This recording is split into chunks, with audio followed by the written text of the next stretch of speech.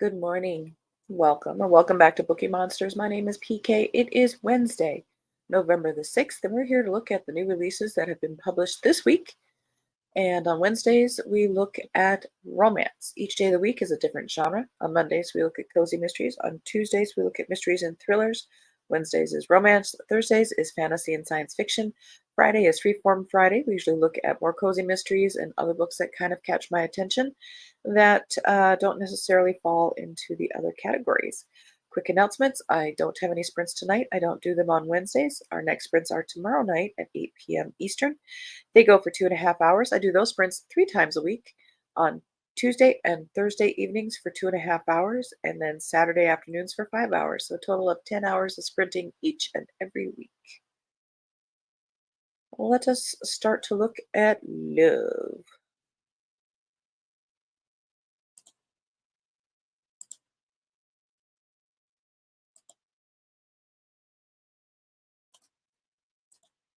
I do like this cover.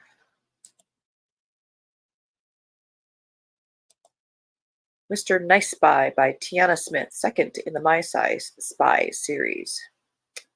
Andy Paxton knows she's good at her job as a fireworks designer. What she doesn't know is that her biological father is Holt, a dangerous arms dealer who has escaped prison, and now he's searching for his long lost daughter, Dearest.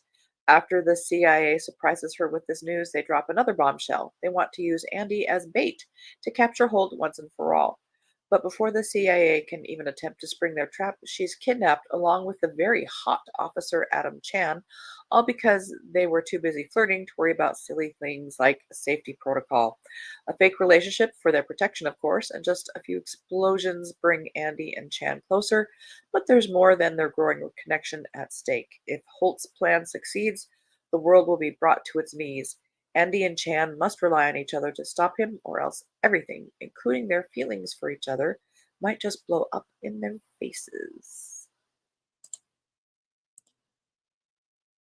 Would also be an option for Spy versus Spy in September.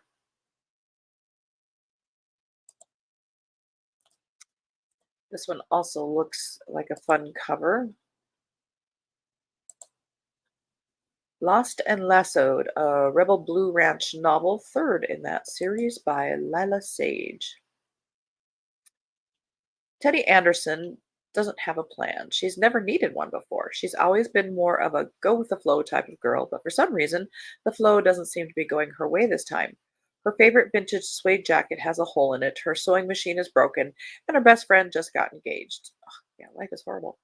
Suddenly, everything feels like it's starting to change. Teddy is used to being a leader, but now she feels like she's getting left behind, wondering if life in the small town she loves is enough for her anymore.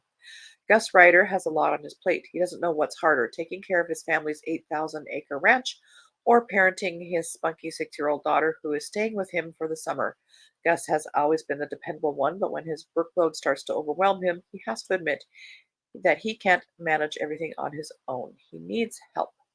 His little sister's best friend, the woman he can't stand, is not who he had in mind. But when no one else can step in, Teddy's the only option he's got. Teddy decides to use the summer to try and figure out what she wants out of life. Gus, on the other hand, starts to worry that he'll never find out what he needs. Tempers flare, tensions build, and for the first time ever, Gus and Teddy start to see each other in a different light. As new feelings start to simmer below the surface, I have a sneeze, excuse me. They must decide whether they I'm allergic to love. Decide whether they should act on them. Can they keep things cool, or will both of them get burned?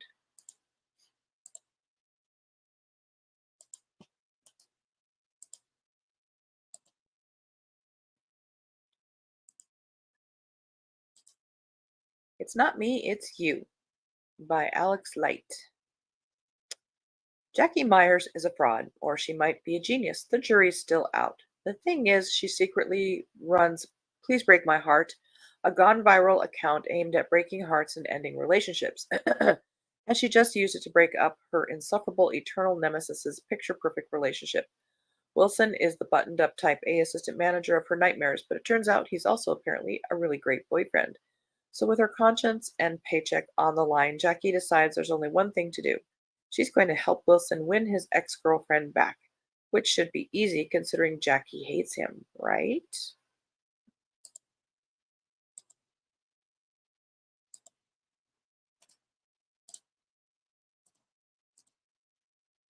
A Curvy Carol by Kelsey Stelting. Everyone knows that if you want to have an incredible Christmas season, you go to Garland, Maine, where the entire town joins in on celebrating Christmas. Well, everyone except me. Every year since my parents' divorce, they've fought to make Christmas at their place the best. Shuffling back and forth between the two and running ragged with all the activities has ruined the holidays every year. So this year, I finally tell them both I'm done celebrating Christmas, and they agree on one condition. I have to show the new guy in town the best Garland has to offer this year. I thought it would be a tedious set of tasks to show him around, but for the first time, I'm having fun during the holidays. Even better, I think he likes me too.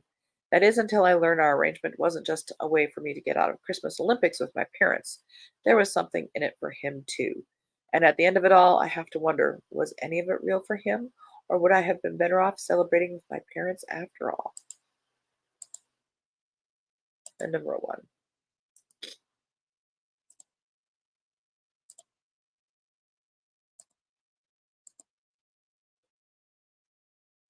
A Homemade Hanukkah by Eliana West. Noah Stern's patients at Seattle Children's Hospital don't mind his OCD quirks.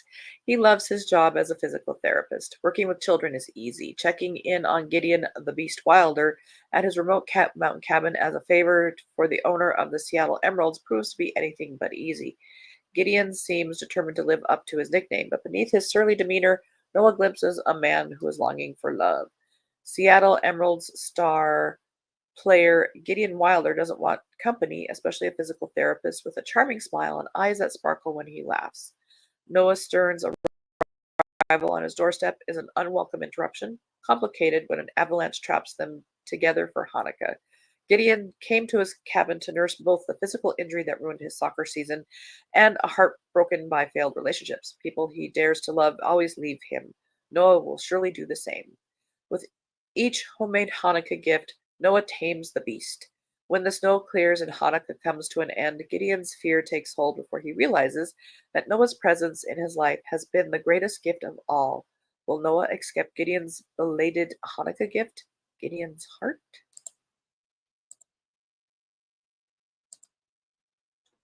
It's nice to see some Hanukkah stuff mixed in.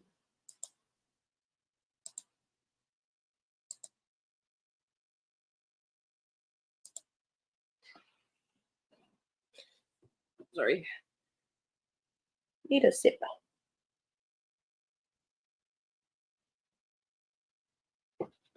Met the whistle. A Truth Revealed by Tracy Peterson, Book 3 of The Heart of Cheyenne. Laura Evans, a spirited young woman with a deep-rooted faith in God, returns home from college to her father, unaware of his dark secrets. Determined to live by her faith while respecting her father's contrasting views, Laura's world shifts when she crosses paths with a devoted preacher. Wilson Porter is driven by a calling to work with the Shoshone people but face constant delays from government officials. When tragedy strikes, shaking his faith and causing him to question everything he once believed, as Will and Laura's tentative friendship grows into something more, they are ensnared in a web of dark secrets and injustices. Together, they're confronted with a daunting question. Will their shattered lives leave them with an uncertain path forward, or can love withstand all?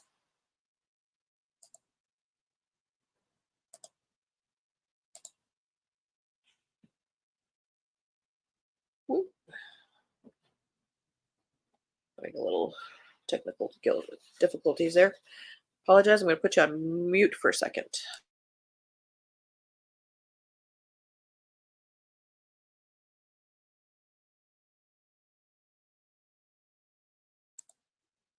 All right.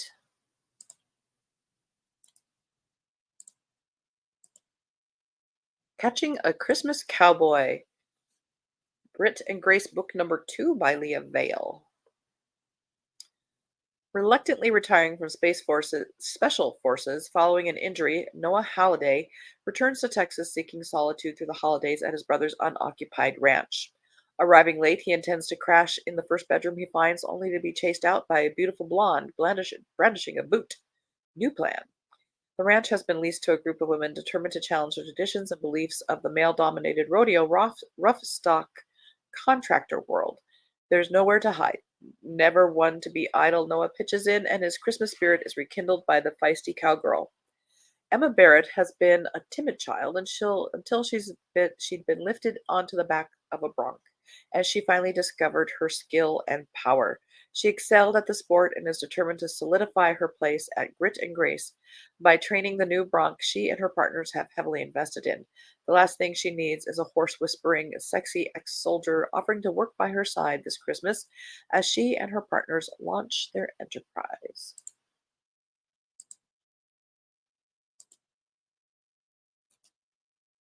Launching a business at Christmas is, unless it's a Christmas type business, might not be the best idea. Convincing Christmas by L. Brownlee. Jamie Crane, the ambitious young mayor of Hollingsford, Minnesota, is facing a holiday season like no other. His small town has been unexpectedly entered into a high stakes reality TV Christmas competition, and with only days to prepare, Jamie must scramble to invent traditions out of thin air if he wants to keep Hollingsford in the running, which he isn't sure he does. As if that pressure wasn't enough, his first love, Jordan Miller, the boy next door turned successful lawyer, returns to town, stirring up memories of their secret teenage romance. Once inseparable during the holidays, Jamie and Jordan have since gone in different directions. Jamie driven by his desire to improve his hometown, and Jordan determined to leave his rough upbringing behind. But as they navigate the chaos of holiday events, old feelings resurface, and Jamie is faced with two dilemmas: keeping his town's dignity intact on national television and deciding if he and Jordan are meant to be together after all. End of row two.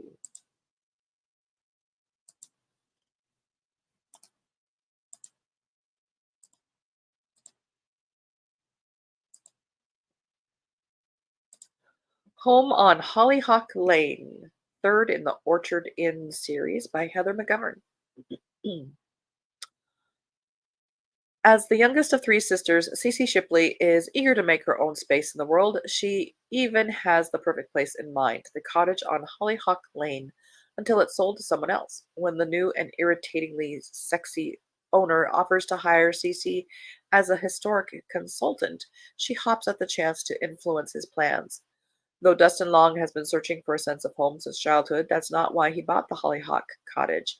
He plans to flip it and use the money to launch his construction business. And while every rental project comes with unexpected developments, Cece beats them all. She's as headstrong as she is gorgeous. As they restore the cottage to its former glory, Dustin realizes they're also building something new together. Could Cece be the home Dustin's always wanted?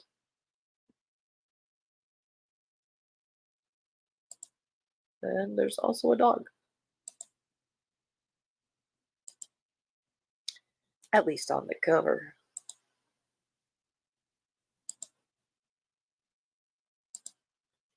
Unforgotten by Shelley Shepherd Gray.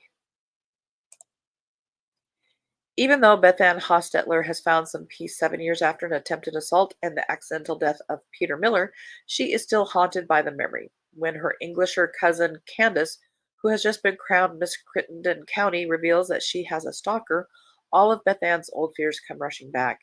Jay Byler had once been Peter's best friend, and the fact that he did not protect Beth Ann that fateful night has haunted him ever since.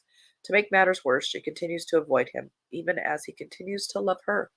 Jay can only hope and pray that one day Beth Ann will see the person he is today and not the boy he used to be.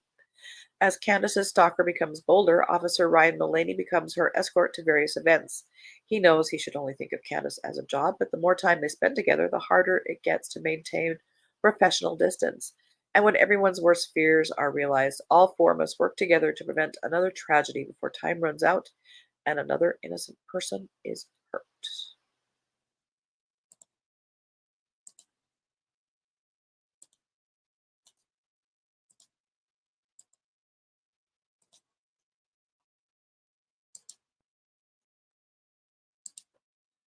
Deadly Revenge by Patricia Bradley, third in the Pearl River series. Deputy Jenna Hart has only been working in her sleepy hometown of Pearl Springs for 7 months when city officials begin to be targeted by a killer. 20 years ago, the construction of a dam caused people to lose their land to eminent domain. That wound has not healed with time, and someone bearing a grudge is clearly set on revenge. With the former mayor of Pearl Springs now running for the U.S. Senate, Jenna will have to call him back up to ensure his protection. That's where Agent Maxwell Anderson comes in. He and Jenna used to work together in the Chattanooga Police Department, and there was even a smoldering fire of attraction. Now they team up to track down the killer before a big political rally that promises to bring not only the former mayor into the crosshairs, but hundreds of civilians as well. As the sparks of romance reignite and the threads of the investigation get tangled when another suspect comes into play, Jenna and Max will have to draw on all of their skills to stay alive and prevent the wave of disaster poised to hit the community of Pearl Springs. The question is, can either of them fully trust that the other has their back?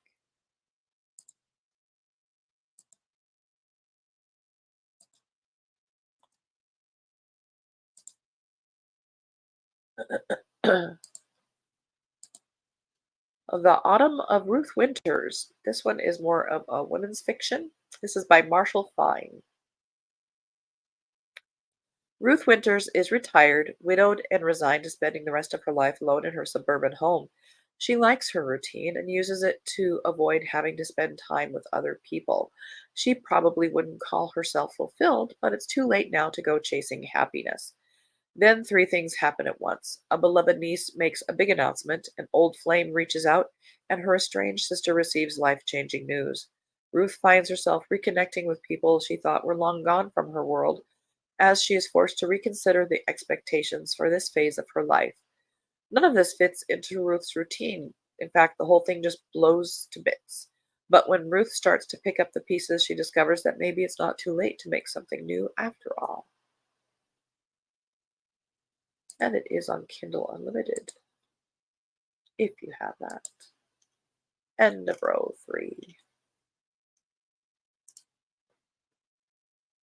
The last one in this category, The Lies We Leave Behind by Noel Salazar. Somewhere in the Pacific, 1943. Kate Campbell is a nurse who bravely flies back and forth from the front to rescue wounded soldiers amid long days, harsh conditions, and often dangerous weather. Driven by a deep personal need to help in the war effort, she is disappointed when an accident leaves her injured, disappointed, and sends her home to New York. By the time she's healed, the war has moved on, and rather than being returned to her post in the Pacific, Kate is sent to the English countryside. There, Kate comes face to face with the enemy and confronts the heavy toll of violence while tending to the soldiers in her care.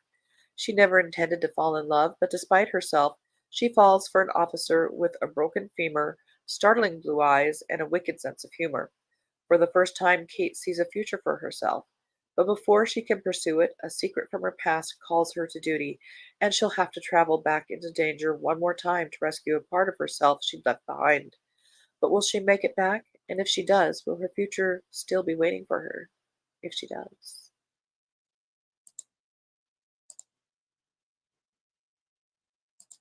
That is it for romance. Some rom-com, some historical, some suspense.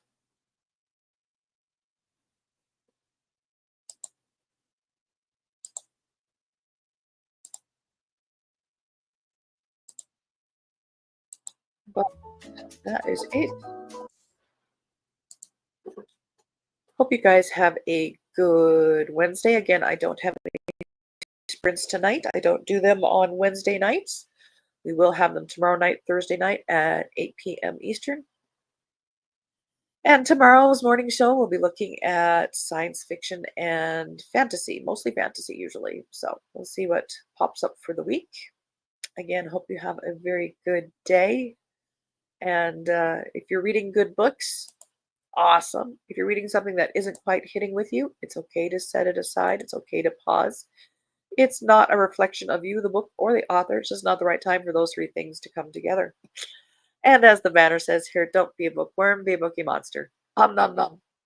Have a good day. God bless.